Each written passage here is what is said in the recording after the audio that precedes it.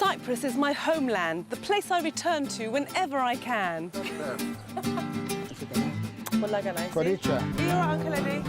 We Cypriots are passionate about family and food, and the two so often go together. Every social event or family gathering involves cooking and sharing food. Cyprus is at the crossroads of Mediterranean and Middle Eastern cuisine, so our dishes are a fantastic fusion of both culinary heritages. Many of my favourite recipes have been passed down the family from my mum and grandmothers, but I also love to collect new recipes when I'm here on the island. In this series, I'll be sampling the ancient and modern, cooking some of my family's most well-loved dishes and sharing the delicious tastes and aromas of my Cypriot kitchen.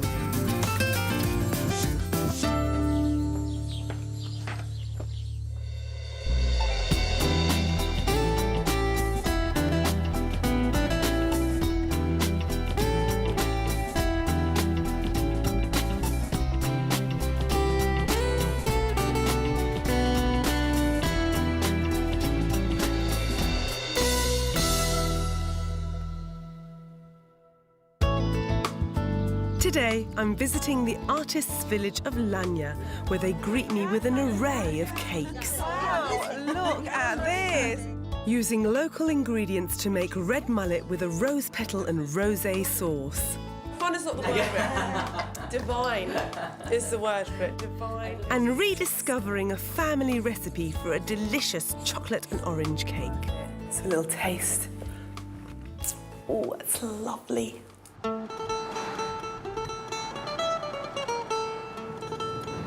Today I'm visiting a beautiful mountain village where I'm going to meet an artist who's moved to Cyprus, and he gets all his inspiration from the fantastic Cypriot landscape. And if I'm really lucky, I hear there might be a cake competition in my honour, which pretty much means that I get to eat cake all day, which is the best thing in the world, really.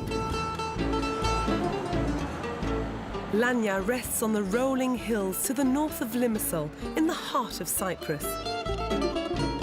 It's one of the wine-producing villages in the area, and there's a myth that it gets its name from Lana, the daughter of Dionysus, the Greek god of wine. Lania is also known as the artists' village. Its pretty cobbled lanes and gardens make it a gorgeous subject to paint. Every corner looks like a work of art.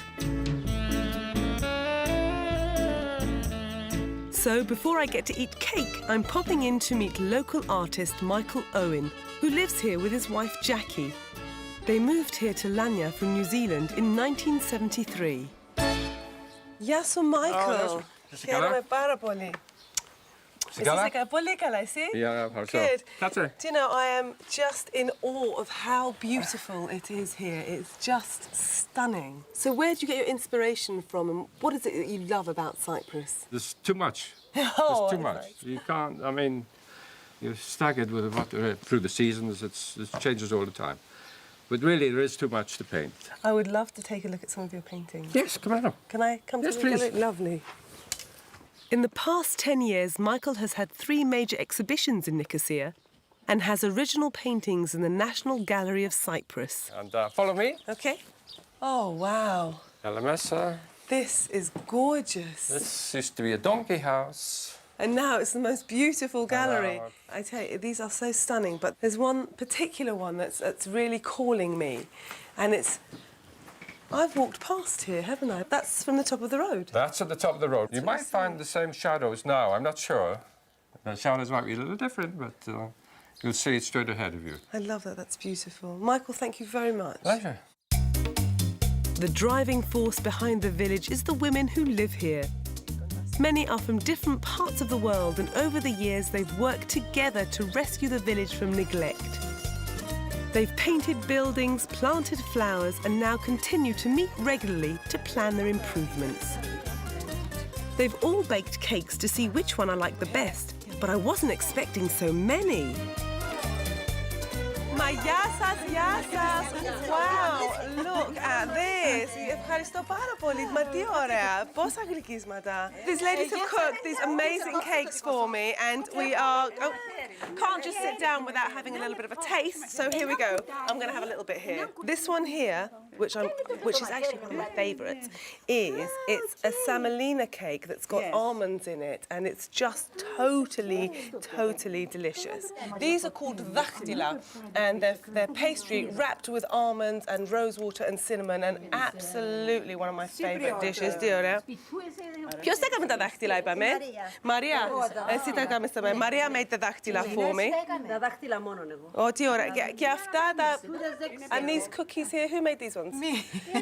Thank you, Jackie. What have we got here? Γλυκό. Του Πέργαμου. On the top it's the kidromilo glycol. Kidromidho. Oh, so we've got one of our fantastic crystallized orange fruits on the top there. Εντάξει, εγώ το πιάτο μου έχουμε. I've got my delicious plate of cakes. Θα συμπεριστείτε κι εσείς? Okay, all right then, there you go. Δεν ατρέπουμε.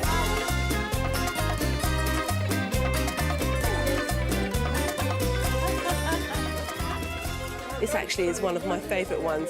It's halva, and it's basically semolina that's been boiled up on the pot with water, and then they add different aromas to it. Some add rose water, some add orange blossom water, some add mastiki. This one's got almonds in it, and let me tell you what the flavour is. Hold on. Oh, it's fantastic. Now I'm going to try Jackie's little cookies here. Oh, there is no judging this competition. It can't be a competition. They are all too amazing. And the thing about all of these flavours is they are emotive of my childhood. When I was a kid and I'd come to Cyprus and my grandmother would cook for me and my aunts would cook with me, these are the flavours that we would have. Orange blossom, rosewater, almonds and the glycol. Just fantastic. Ευχαριστώ πάρα πολύ. Thank you so very much. It's amazing being here. So much of village life is socialising and seeing friends, and even if you're meeting the butcher or the baker, you end up having a coffee and a chat while you do that, so it's not rushed, it's siga siga. The ladies have got life sorted as far as I'm concerned. All of this cake tasting has reminded me of a cake recipe that my mother-in-law gave me many years ago. I'm going to make the best chocolate and orange cake you'll ever have tasted. Well, according to my children anyway. And I got the original recipe for this from my mother-in-law, Sophie. Really simple. First thing you need to do is you need to wash an orange and just blitz it up whole. So cut it into quarters and then throw it into the food processor. And now that's beautifully, coarsely chopped. So now we're going to add the rest of our ingredients to the food processor. I'm going to add the eggs now, and to the eggs I'm going to add half a glass of sugar. Now don't worry about what size your glass is. As long as you use the same glass throughout the whole recipe, it'll be fine. And then you're going to add an optional helping of some wonderful Cypriot brandy and half a glass of olive oil. You can use butter if you want, but olive oil is lovely in cakes. And now just give it a quick blitz. Ooh, smells lovely. Now I'm going to add flour, and I like to mix it. I use 1 glass of wholemeal flour and 1 glass of village unbleached white flour. Now I've got 1 tablespoon of cocoa powder and about 5 tablespoons of drinking chocolate. Now ready to add the milk and mix that well together. That looks done. Right. Just need to mix everything together. And before you give it a mix, you want to add the walnuts. The reason I don't put the walnuts in the mixer is because they get chopped up too much, and I like to use halved walnuts, but they're still a bit big halves, so I just crack them in half and put quartered ones in. All the walnuts are in now. Just need to give it a really good mix. Right, that's mixed well together. Just need to put it into the cake tin. There we go, all of that in there. And that's ready to go into the oven, about 180 degrees for around an hour. So, that's been in the oven for around an hour at 180, but you do need to keep an eye on it for the last 10 minutes. First thing I need to do is to spear the cake because I'm going to add my syrup to it. And that's to make sure that the syrup gets evenly dispersed. So now I'm going to add the syrup that I've already made. So I've got cold syrup, hot cake, half a glass of sugar, 1 glass of water, boiled up to make a simple syrup. You just need to leave that to stand so all the syrup can get soaked into the cake. So whilst the cake is absorbing all the syrup, I'm going to make the most heavenly Moorish glaze to go on top. And for this, I need butter, condensed milk, cocoa powder and drinking chocolate. So simple to do. I've got 3/4 of a pack, about 180 grams of butter, which I've melted. Once the butter is melted, take it off the heat. And to that, I'm going to add, well, I say it's 5 tablespoons, but it's 5 pouring tablespoons, so it ends up being more like 10. There we go. Now I just need to beat that up really well. And whilst you're whisking, I'm going to add 2 tablespoons of cocoa powder and 5 tablespoons of drinking chocolate. And you really need to put some elbow grease into getting this well mixed. It's a little taste. Oh, it's lovely. I've sliced off the top of the cake and turned it upside down so I've got a lovely flat surface to put my glaze on. And I'm just going to pour it like that. You want to make sure that there's enough of the cake mixture dripping over the sides. So when everyone gets a piece of cake, they get a good scoop. Strangely enough, cleaning the pan is never a problem in my house because the children lick it clean before it even gets to the sink. But today, it's my turn. And I garnish the cake with walnut halves and slices of orange. Coming up, my cousins and I meet one of the island's most flamboyant chefs, Roddy who takes us shopping in Limassol. I love people like you because the less you know, the cleverer I look. So that's very nice. And he shows me how to make delicious red mullet with rose petals. It's good, isn't it? That's not bad.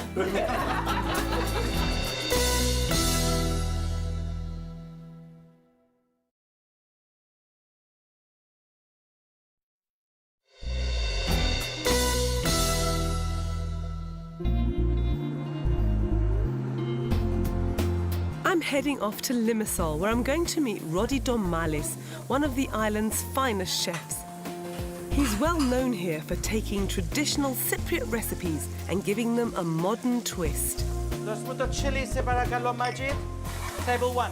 Lovely. Let's go with that. We've got over... Roddy's restaurant is called Piadagya, which means little plates. He uses a fusion of tastes and isn't afraid to experiment with traditional dishes and produce. Nice.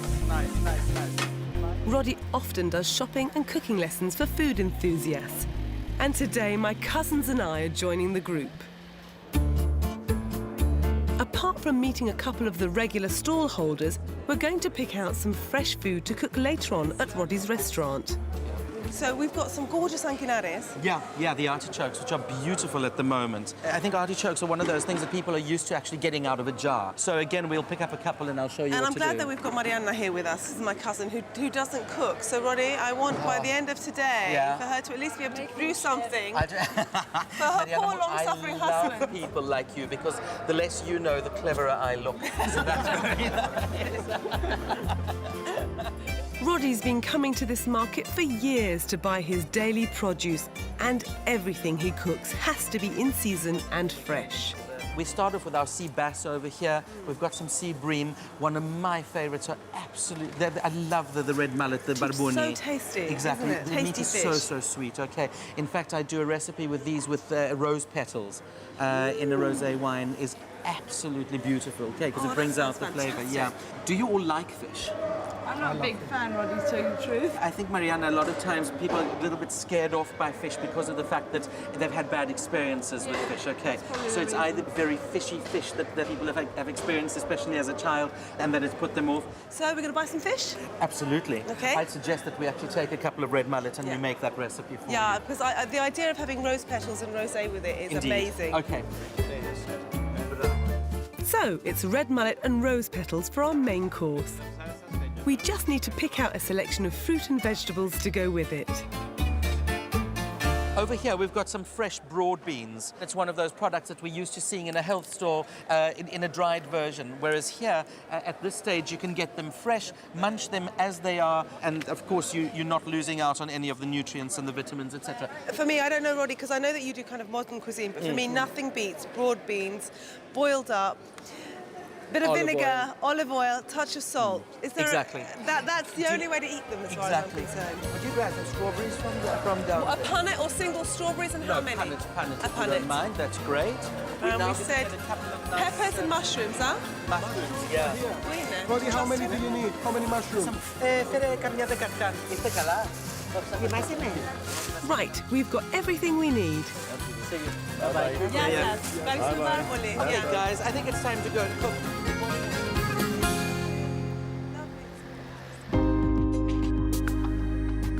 We're heading back to cook, and hopefully we'll get my cousin Mariana to conquer her fear of fish at the same time.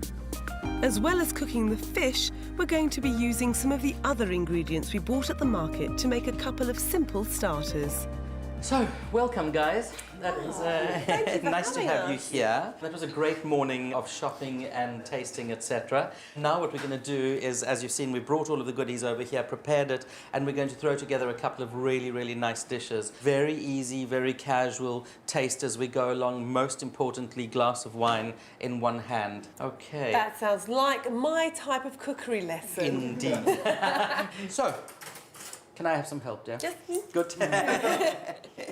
We're going to start off with the hiromeri. All right, what am I doing? Hiromeri is finely sliced smoked ham, and we're spreading it with cream cheese. Okay, so what are you doing now? You're separating up We're the... just going to put a couple of rocket sprigs over there, and we're going to just roll it into a nice cone. There we go. Exactly. And will you cook these? No. No, just plain like that. Beautiful. In the meantime, I'm going to get Mariana to just... Not the fish. Not the fish. If you could just chop the tails off those, and then we'll zap them in the blender. If I could have each of your plates, and then we could just pop one of these on there. Thank you. Roddy's whizzed up the strawberries with some black pepper to make a sauce to drizzle over the meat. Isn't that fun? Oh, good. You're welcome to use your hands for those as well, because they're very conducive to And how would you serve this, Roddy? As a starter? As a or starter. As a starter, or you could do it as if you were doing a buffet of just sort of finger nibbly bits, then I would certainly add that. But it's lovely as a starter. We're going to do a couple of dishes simultaneously so we can all get involved. We're going to zap our yellow and red peppers into the oven to start roasting. We're then going to do our mushrooms in comandaria and rosemary, and then we're going to do our little barbuni, the red mullet. Roddy's first job is to roast the peppers on the highest oven setting. We're going to be skinning them, and a blast of heat means that this is the easiest way to do it. My cousin Apostole has volunteered to help Roddy with the mushrooms. As Apostole chops them into quarters, Roddy adds some butter and comandaria wine to a pan. Then he sprinkles some rosemary, pepper, salt and brown sugar. And that'll give you that nice caramel. Sugar and cream, Yeah. sugar and butter. You're going to see the bubbles over there, and the minute the bubbles start becoming thick and lazy and plump, you know that you're getting there. Mariana, I'm going to be keeping tabs on you, huh? I'm going to be speaking to your husband. Although I love people like Mariana because we can make a living.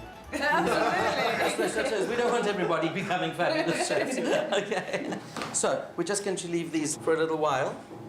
You see how the mushrooms have actually started taking on the colour of the comandaria. That's ready. We'll transfer it over here. We're going to put this bread into the oven and then serve immediately. Oh, that's just smells heavenly. I mean, and Delicious. pure clean smells. Amazing. You know, I can smell the comandaria, I can smell the rosemary. Just fantastic. Very often you look at a recipe and there are 500 ingredients and Yeah. you think to yourself, what am I actually going to taste there?